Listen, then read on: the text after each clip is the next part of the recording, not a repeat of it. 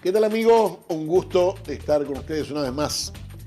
Quiero saludar primero a Daniel Rosich y después a Pablo Temuzuque en nuestra visita, pero con el que vamos a hablar dentro de un ratito. Es un programa muy especial, mira, un programa en el que lo vamos a comenzar con una noticia tristísima, con mucho dolor, porque cuando hablamos de alguien, de un fallecido en el tránsito, naturalmente nos toca, pero cuando estamos hablando de que hay un chico que tiene 15 años nada más y que muere en una situación fortuita, pero generada fundamentalmente porque hay un conductor que está conduciendo con importante grado de alcohol, realmente a nosotros no es momento por ahí para opinar cuando hay un fallecido o cuando está la justicia actuando en el medio, pero tampoco nosotros podemos ignorar esto para que nadie nos diga, porque hay una madre que sufre, porque hay una familia que sufre, hay dos familias que sufren. Uno porque es culpable y se puso un chico de 15 años arriba de los hombros y para toda la vida, y otro porque ya no está y porque seguramente es la ausencia de una familia.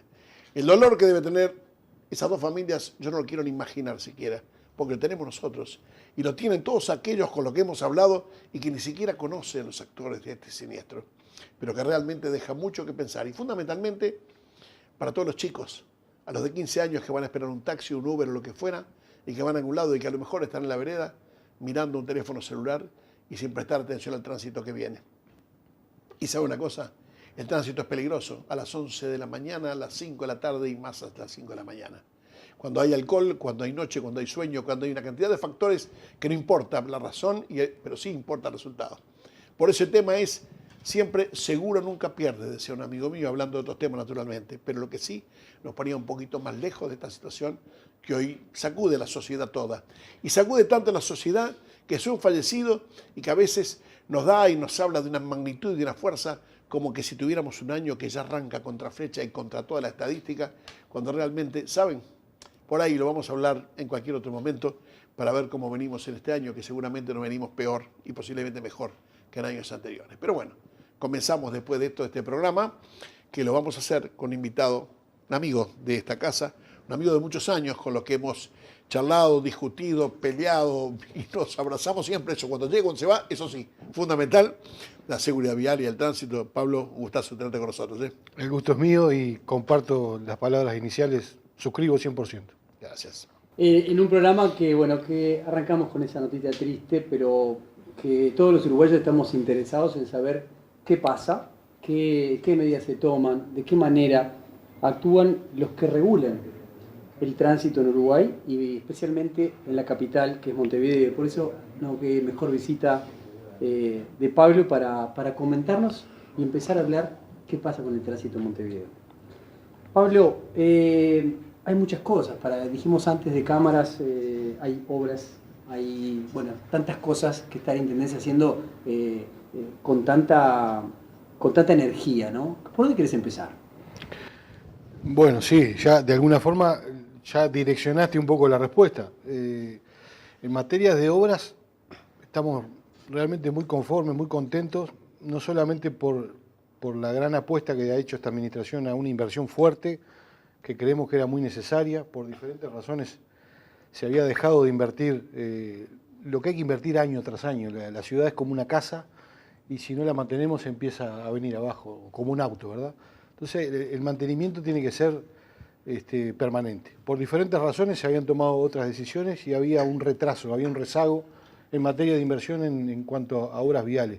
Pero ya que el arranque del programa venía por el lado de la seguridad vial, que es un tema que nos desvela, te quiero contar también que dentro de además de esas grandes obras que uno puede ver, hoy me comentaba fuera de micrófono Jorge lo que va a ser la obra de Avenida Italia del túnel, yo le comentaba a su vez, hay que ir a la periferia y ver lo que está pasando en José Belloni, lo que ya empezó a pasar en Camino Civil, lo que está pasando en San Martín, que son obras que no son tan visibles porque están en la periferia, pero además de esas grandes obras, Luis Alberto Herrera, se va a arreglar Garibaldi, todo eso que es más visible, estamos haciendo una fuerte apuesta y se están destinando los recursos para un proyecto que se llamó 40 puntos, que tiene el foco puesto en temas específicamente de seguridad vial. Y en ese sentido venimos con una ejecución muy, muy importante que nos está permitiendo, te diría que cada 2 o 3 días, estar, por ejemplo, encendiendo un nuevo semáforo en la ciudad, que a veces puede pasar desapercibido y hay gente que nos criticó por ahí porque fuimos al semáforo que se inauguró en la Graciada de Aguilar, porque los docentes de la UTU Arroyo Seco nos invitaron ellos y fuimos y festejamos un poco porque la gente se apropia de esas cosas, porque hacía muchos años que esperaban. Bueno, nos criticaron porque decían que estábamos inaugurando un semáforo, eso es lo de menos. Lo que quiero decir es que a veces pasa desapercibido, pero la importancia que tiene en un barrio, en una esquina puntual, por ejemplo, la instalación de un semáforo, es la diferencia a veces entre la vida y la muerte. Sobre todo de quienes cruzan, sobre todo los peatones, los usuarios vulnerables. ¿Y sabés lo que te agrego, Pablo? Es que antes del semáforo la gente te pedía lomo de burro o lomadas o como quieran llamar, que a mí me parece son del siglo XIV, pero no importa. Llega el semáforo, bienvenido sea, naturalmente. Debería ser, bueno, en no sé cuántos cruces más, todos no se van a poder, de a poquito, de a uno come la gallina y engorda. Yo tengo siempre esta pregunta, ¿de qué manera a ver, ¿cómo se mide la necesidad de un semáforo? Porque me imagino que te reclaman de todos los barrios semáforos, necesitamos. ¿Cómo se mide para decir, primero hay que atender a tal esquina, en tal situación? Bueno, allí hay un trabajo técnico. Yo siempre, cada vez que se da la oportunidad, destaco y resalto, porque muchas veces tampoco los vecinos de Montevideo tienen por qué saberlo, el equipo técnico que tiene la Intendencia de Montevideo. Yo me animo a decirlo, sin que pueda caer pedante, pero les puedo decir a los vecinos de Montevideo que los técnicos que hoy tiene la Intendencia de Montevideo, no hoy, hace muchos años, podemos decir que tenemos un plantel técnico realmente de primer nivel, de un nivel de excelencia, y lo digo con propiedad porque no lo decimos solamente acá, sino que cuando podemos compartir alguna instancia internacional, se destaca el nivel técnico que hoy tiene la Intendencia de Montevideo. Esos técnicos hacen estudios de diferentes tipos, obviamente que se hacen conteos de tránsito, de flujo vehicular, se hacen conteos de peatones, se toman diferentes indicadores de la vía pública y allí finalmente se llega a una conclusión. ¿Cómo se prioriza? Porque hay una lista bastante más grande, o sea, hay muchos cruces ya estudiados, que hay una lista de prelación, podríamos decir de alguna forma, que hay que ordenar en las prioridades. Y ahí hay una mezcla de criterio técnico, en donde se prioriza obviamente los lugares en donde hay mayor siniestralidad, ahí vamos a tratar de actuar más rápido, y muchas veces también hay un criterio de tratar de repartir, si se quiere, entre los diferentes municipios o zonas de la ciudad, para que todos los vecinos vayan pudiendo tener de alguna forma solución a esos puntos, podríamos decir, neurálgicos. Y también hay una cosa que aprovecho para destacar, que tampoco muchas veces se sabe o se le hace mucha propaganda, es que muchas veces hay emprendimientos privados en la ciudad. Pongo el caso de hoy, un semáforo que acabamos de poder encender en Rivera y Lepanto, en donde el privado, en este caso un supermercado, una gran superficie comercial, dentro de pocos días vamos a tener un laboratorio. Cuando se instalan, piden el permiso, obviamente, y eso tiene un estudio de impacto. Si en el estudio de impacto surgen temas de tránsito, muchas veces, justamente la mitigación de ese impacto dice, bueno, habría que instalar un semáforo.